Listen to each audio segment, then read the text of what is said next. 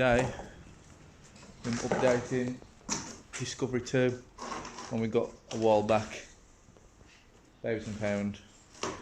This is that adventurer spec with the sort of wheels that are only on that spec, and this Wimbledon green colour. It's got a few bits and extras. So a few things we've found. The air suspension has dropped. Can't see it beyond that, but it's dropped down. So over about a week that drops down, but it drops down on both sides, so hopefully an airbag and it's like the block or a connection or something somewhere. In the other videos you've seen that we did the discs and the calipers, caliper carriers and stuff like that on the front. We've fixed this window, found out that it was only coming down a bit, or it was getting stuck, and what it was the wheel. There's a little wheel in the mechanism that moves in and out. That wheel had broke off and it was getting stuck inside, so we've done that as well. Also, back door over there wasn't opening close enough to key, so that's had a new actuator in it. But whilst doing that, doors was open, lights was on, battery's gone dead. We've lost the EKA code, it's now mobilised. We've got no EKA code to mobilise the car again. So we're going to have to get that. So we're stuck doing anything electrical now. So what's just happened is we've took the headliner out. I'll turn you around now to show you. So headliner's come out. It's been out before. You can see that when we've took it out, we've kept it flat. Somebody's had it out before and there's a crease in it. So that has been out before. What else are we doing? Oh, in this one there's a DVD screen in the roof. Which is why we've got an extra hole. Yeah, I've got 3 sunroofs, that's an extra hole. Right, I'm back. Where was I? Can't remember. Obviously on one of them videos we did the lights. It's just rained on them, so, but they are all nice and clean on the inside, so we did the lights, which seemed to be a good video. I think we got 48 new subscribers from the lights. So things to do. Headliner, like I say, that's out. You can see in the car here, headliner free. So what we'll do when the headliner's out, we'll make sure the sunroofs don't leak, so when we put it back in it's not going to cause any problems. This is a 7-seater. One thing it has got is very rusty steps, so these steps are going to have to come off because they're no good at all. That one don't sound too bad, and there is a little bit of rust on the sills, which it failed its MOT on, so we're going to do that as well and just save another one and keep it on the road. But we like to get everything working. Yeah, damn rusty, but you can't see. This seat can be saved. Everything's still there to put it back together and make it look nice.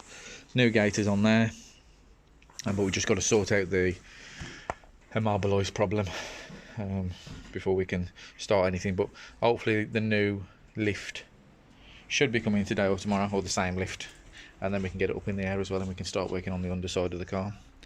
But it'll just be another one saved off the scrap heap, yeah, and cleaned up. So like and subscribe to get updates on it, and you'll see us start doing some more work on it as well. We'll show you what we paint the headliner with. We're going to try some different things. Normally use bed liner. Sometimes it comes out well. If there's a fair bit of glue that we can't get off, it don't come out that great. So we're going to try some different things, see what the best thing is for the headliner on this one.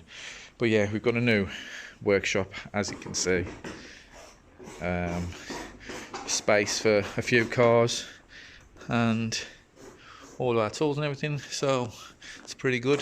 And we can work inside now, so hopefully you'll be seeing some more videos and some better content where we can set the cameras up and things and not be outside. We'll show you this car when we get underneath it, and when we get under the car we'll rub it down and show you all the rust and what we're going to do under there as well, so you can see what sort of condition that's in. But this is only 134,000 miles, so it's relatively low mileage, 2002. Oh yeah, like and subscribe. Now I've got the headliner out, and we've got to get all this foam off there, the glue. So best thing is like a stiff brush. Stiff brush, and then as you can see, it comes off. It's a bit time consuming, but it does come off. and in the end it's a million times better than a saggy headliner. And then we'll experiment with what best paint to use on this one. So like I say, we've been using bedliner, but we'll see what it's like, what we can use on this one. Don't use a scraper. No, it scratches the... It gouges it, it's very soft. It is quite a soft board, so if you use scrapers or anything like that, you will scratch it. And wire brushes tend to scratch it as well. So just a stiff bristled, like plastic bristle brush, scrubbing type brush, and it comes off relatively easy, look. As long as it's dry. If it's been wet, it's a nightmare to get off, so if it's wet, let it dry and it'll come off easier. Okay, so the headliner has all been brushed down. You can see still little bubbles on there, so I'm going to leave that off, because these are the things that will make it look not great when you paint it. Anywhere there's like any of this stuck that you can't get off, and the paint sticks to it, dries shiny, and it doesn't make it look too good. So we'll leave that off. Once that's done, we can get the paint and paint it. Right, it's all been cleaned down. You can see we've got as much as off as we can. These sort of areas don't matter too much because you've got a cover around there for the sunroof. Obviously the front goes around there with the little map holder things and your sun visors. Then you've got the nets around there and the middle section there, and that one's got the screen in that bit. So we're going to spray it with truck bed liner, which leaves sort of a texture and covers most of it. There it is. How much is that? £8 a tin? Yeah.